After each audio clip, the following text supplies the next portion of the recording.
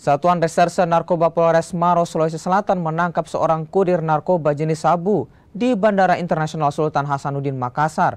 Untuk mengelabui petugas, pelaku menyembunyikan sabu di dalam celana dalam.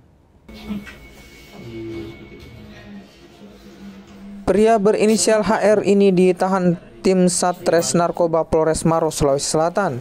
Pria 24 tahun itu ditangkap setelah ketahuan menjadi kurir narkoba jenis sabu.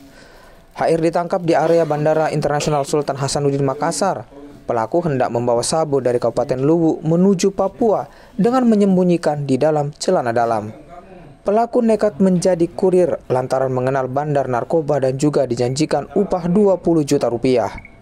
Di awal ada dari masyarakat bahwa di area bandara itu ada orang yang dicurigai membawa narkotika jenis sabu, sehingga tim kami melakukan penyelidikan, penggeledahan, dan ditemukan barang bukti jenis sabu yang disimpan di dalam celana dalam pelaku. Jadi barang ini awalnya dari Kabupaten Luwu yang rencananya akan dibawa ke daerah kawasan timur.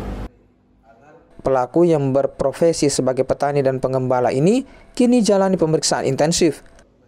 Polisi juga tengah mengembangkan kasus ini dan mengejar pemasok narkoba pada pelaku.